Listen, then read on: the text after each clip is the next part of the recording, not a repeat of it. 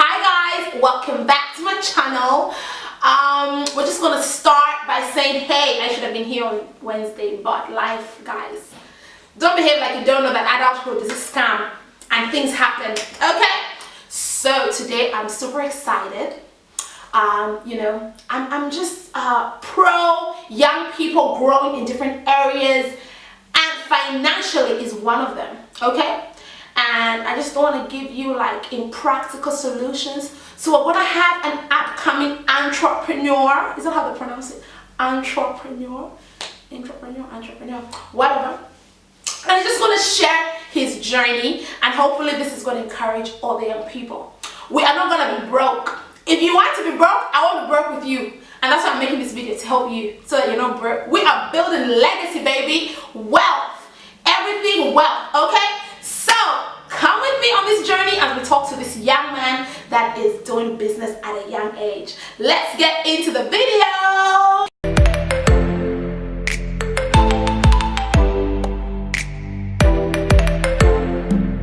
Alright, ladies and gentlemen, boys and girls, no, ladies and gentlemen, so we have Mr. Chinda here with us today. Welcome back to my channel. Straight up, all the way from Cotonou here. Cotonou? Where's that? Cotonou is in Canada, Los Angeles, Chicago. First it's Chicago. Chicago's what I said, Chicago.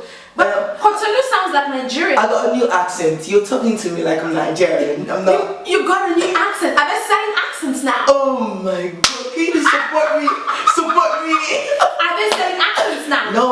Because I know a few people I could buy some accents for. I picked it up from, I just went on a trip. I picked it up on my trip. It's not working. It's not working. Where did you go? Apparently you put it on, guys, we'll get into the video. You put it on your status, your Instagram. Yeah. That you went to. What's that place in your head that you went to? I mean, you went to Odessa and real life. No. But in your head you went to what? I went to Illinois. But you put something else. Is it Santorini? Santorini. Yeah, from Santorini I went to Illinois, and then Paris, and back to Harco. You know this is how they caught Hash Puppy. No, I saw a video about how the FBI caught Hash Puppy. Is that his name? Yes, that's his name. He was showing off on the internet saying he had, I don't know his exact words, but he had breakfast in Paris. And went to. So don't do that, young people. Don't do fraud, because there's a payment for wickedness. You know what? Let's get into the video. Let's get into the video. That was a lot good. Okay, so tell us about your business. I don't want to just talk about the things you do that provide streams of income for you. Okay, by the grace of God, I'm a photographer, and I'm a videographer, and I am a musician. Okay. By musician, I mean I make music, I produce music, I record people, and if I'm just part of your song, you would have to support me with something. Definitely, definitely. I'm here for it. Okay, so I want to know how you got into, because I know the first business you did was photography, right? Yes. I know music was first a passion before I think you thought it would even make money. Yes. So what brought you to get into photography? Did you get into it first? Let me ask a sincere question. Just as a passion or as a stream of income? No, specifically photography was what I thought that I wanted to do for money. I love that honesty. Yeah, I did not get into it. A lot of people like saying, oh, I just do it for the passion. No. Let me tell you people something. No. My YouTube is for passion and stream of income. Okay. So we need your subscribers. Yes. You need your subscribers. And we need you watching the videos till the end, guys. Yes. So we have watch time. Yes, please. Okay?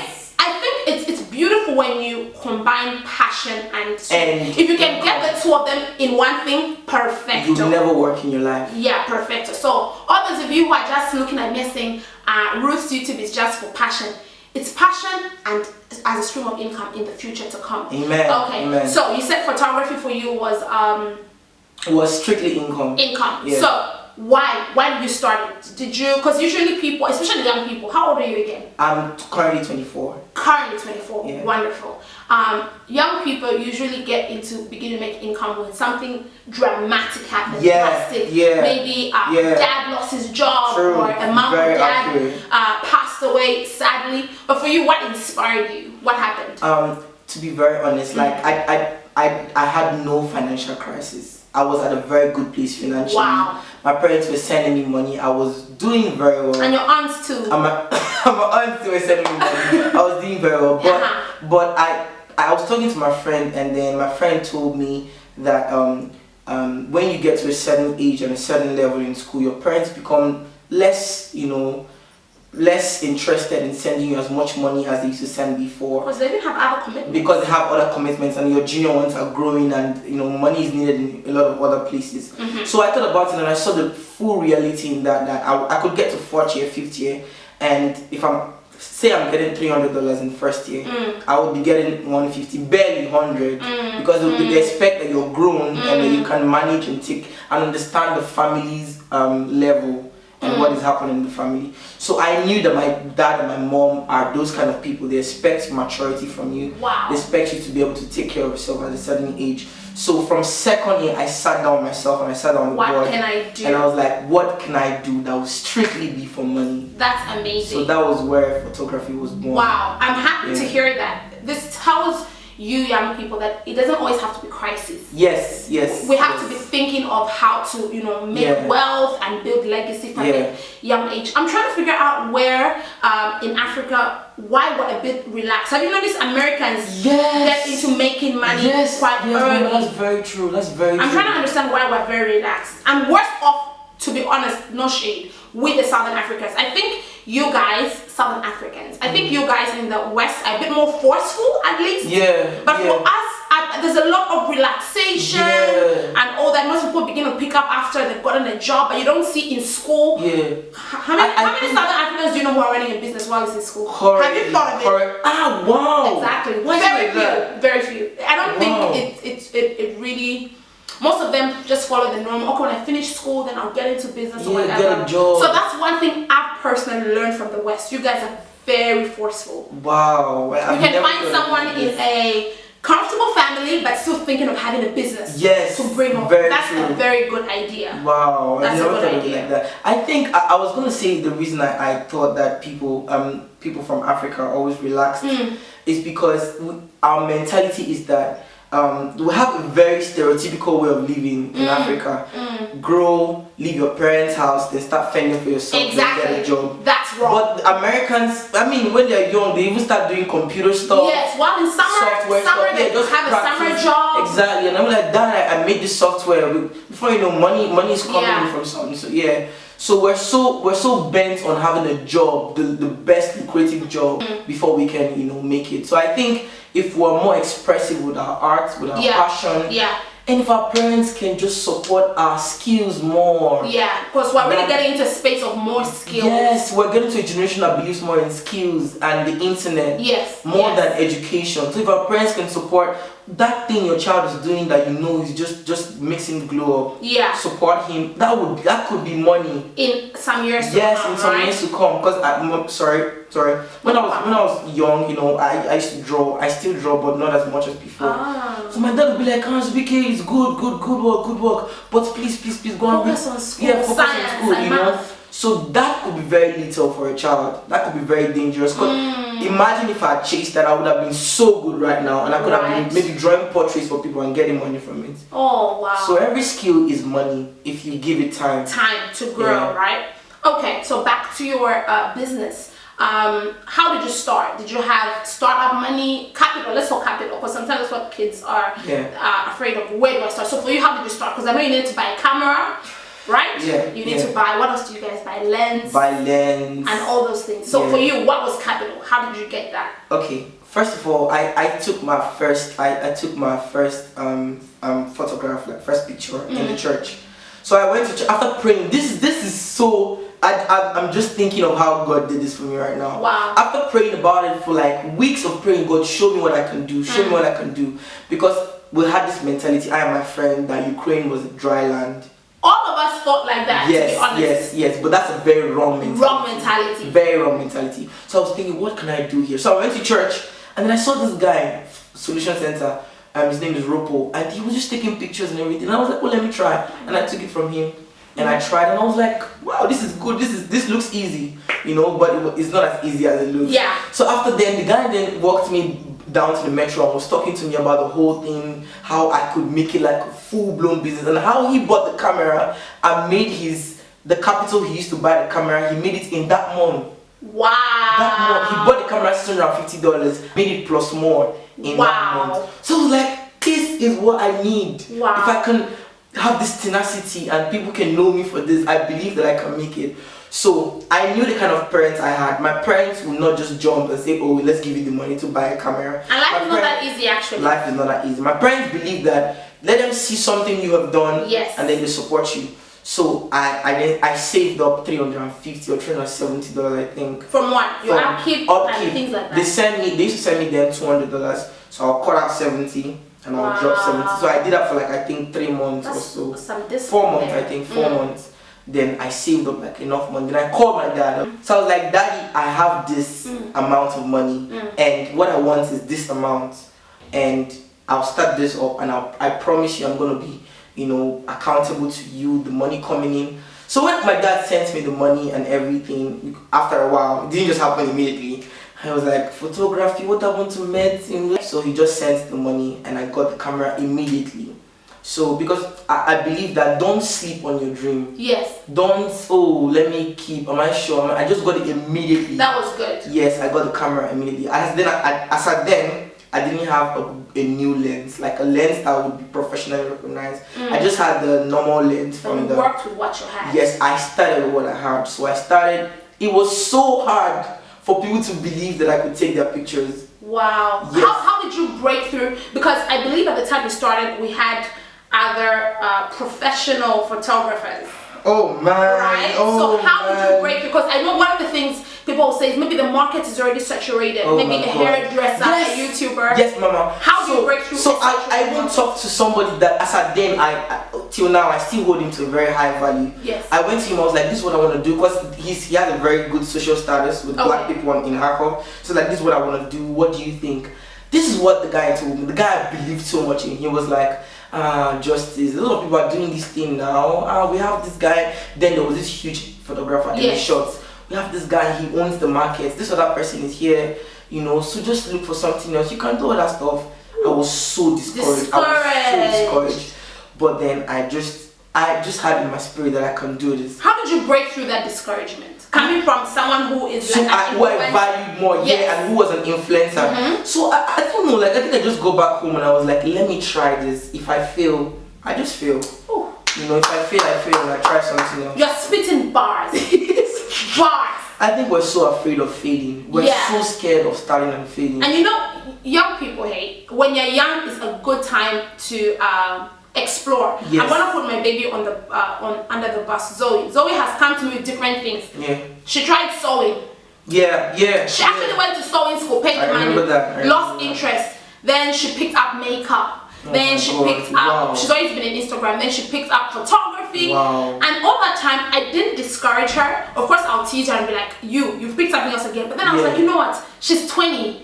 She has all the time to explore, to keep try and fail, say, okay, then I don't like sewing. Let me try this. So if you're young, so try as many things as possible. You're a young person, explore.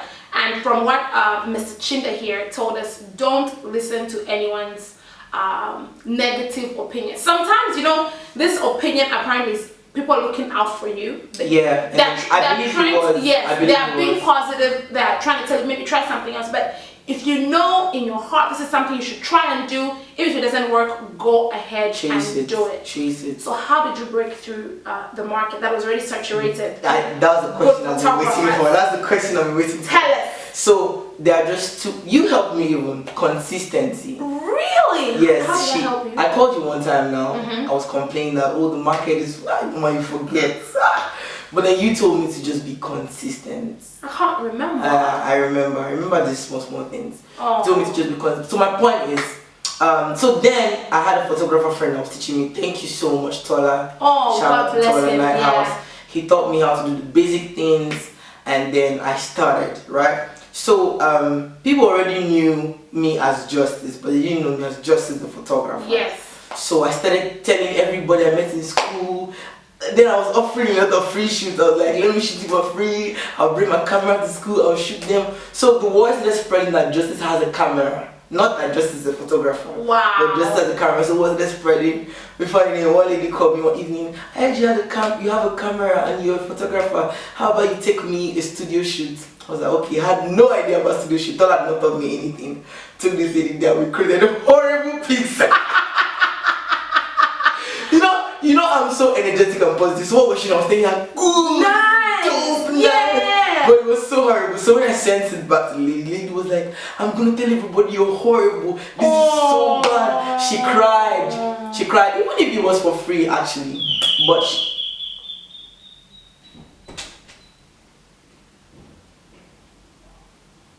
even if it was for free. Even if it was for free, actually, but she cried and she was like, this is horrible. I was like, I know it's horrible, I'm so sorry, please don't tell anybody. That's why it never came out, because I begged her and I was like, I'll be better soon and we'll redo this. So I kept on pushing, begging people, let me try take them, let me try shoot you. My classmates, Priscilla, I would always say, I bring my camera, please dress up, do this, do that. So when I started taking people that I was close to, yes. and then I started doing my best to make the picture look good, they started reposting me, and I felt it was time to actually start to take it professionally. So I started charging 50 grievance. Wow. 50 grievance. I was like, I'm a photographer, 50 grievance come. So because my price was my price was not even a price, 50 grievance for a photo shoot. Yeah. People called me a lot. I mean, people around my level in school, yes. and lower than my level. Yes. People above me didn't believe, they didn't even care, like, yes. this guy. Yes. Yes. So people my level and lower, since they wanted affordable, cheap photography, yeah. they called me a lot. I would just do whatever we did. Then I was putting it on my page. I had no sense of aesthetic on my page at all. I was just posting like that. Yeah. Posting like that. So I think I'd done this for a while. Then it was last year. It was sometime last year. I've been in photography, guys, for just 2 years. Okay. So it was just sometime last year that I had a breakthrough. I had a breakthrough. I think it's a spiritual thing. I don't know what happened. God just changed the whole thing. So from all these 50 grievance, I've been saving. I bought a new lens. Nice. So when I bought a new lens, I put it on my story. I was like, now I'm ready for this. So, but it was not just about the lens. I needed to also learn editing proper. Nice. So I then spent hours on YouTube. Wow. So when I got the new lens, I then told my classmate again, Priscilla, like, let's shoot on so day. So we went out. It was snowing that day, and I shot her, and the pictures were crisp, good, nice. When I posted it, it was like, oh, the bomb. Wow. Wow. So I started getting calls. Now, yes. People were like, now you're ready. Now you're ready. Yeah. So wow. So in the process, you need to believe in yourself. 1 year. You need to believe in yourself. Yes. I think the most important thing there is consistency. Keep trying over and over again, and accepting that you suck in the beginning. Yes. Nobody is born a professional. Yes. You have to be an amateur at one point of very your life. True, Mama. That's very true. The professional was once an amateur. True. Yeah. So why are people afraid of being amateurs? I think it's because we're in such a dispensation of perfection. Yes. So everyone just wants to bring when they perfect the art. Yeah. No. Wow, this is a really great story. And then people just look at your perfection and say, but he did this in a very short time. But they didn't see that under the behind closed doors there was a lot going on. There were days where I even got a call from a client after trying all this trial thing. Yeah. And the person was like, please, I should try something. I'm not joking, I should try something else than like photography is not working for you? Yes, I should try something else than photography. Wow. It was really, really horrible. A year of begging people, please let me shoot you, let me do this, let me do I had no idea that it was actually this deep. It's deep because like there are a lot of people in photography. So for you to get to the market where people can call you at any point in time, it's God's grace and mercy, and it's a blessing.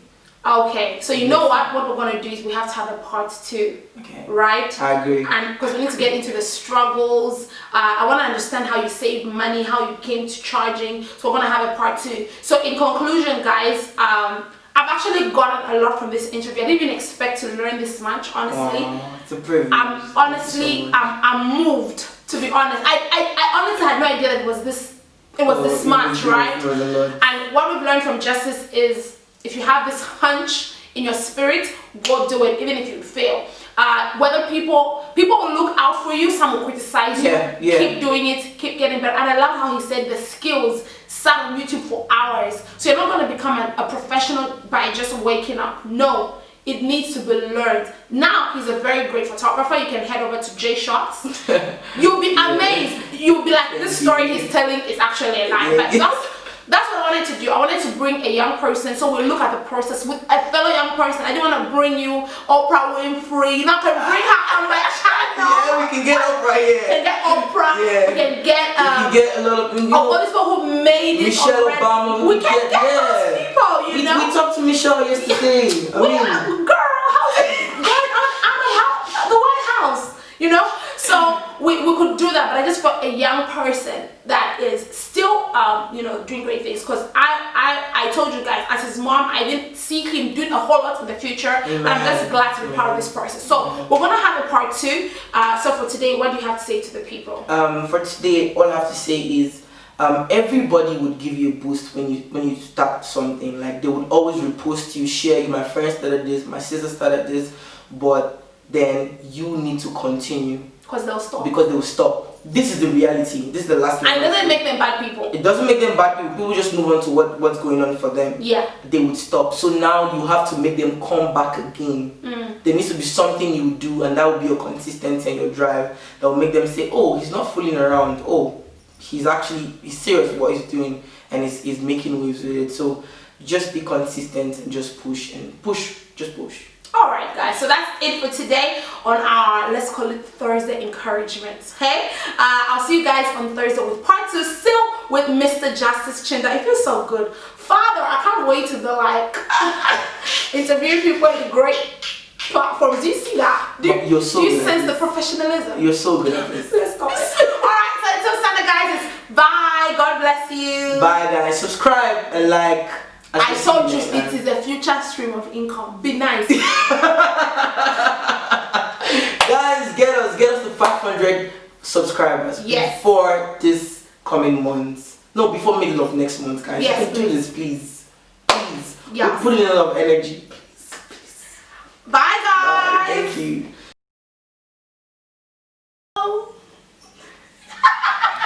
God, mama.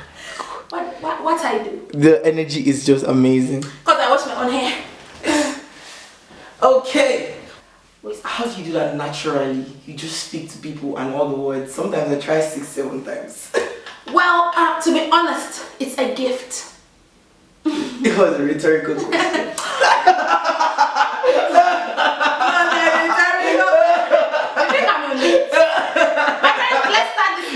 Alright guys, it's your boy one more time, Justice Chinda, featured on my mother's I was supposed to YouTube introduce channel. you. Alright, introduce me, mama. The same thing. If you were singing, you would not be taking it seriously. Oh yeah, no, I'll just do a cover or something. No, write a song. You're very creative. Okay, thank you, darling. Okay, maybe while I'm in the wilderness in Zambia, I'm sure I'll write a song out of inspiration. Okay, let's get into this. They'll be like, why haven't you been washing your hair all your life? You wash the hair today by yourself? Yes, I never do. My kids always wash it. But today... You go. You're ready. Intro.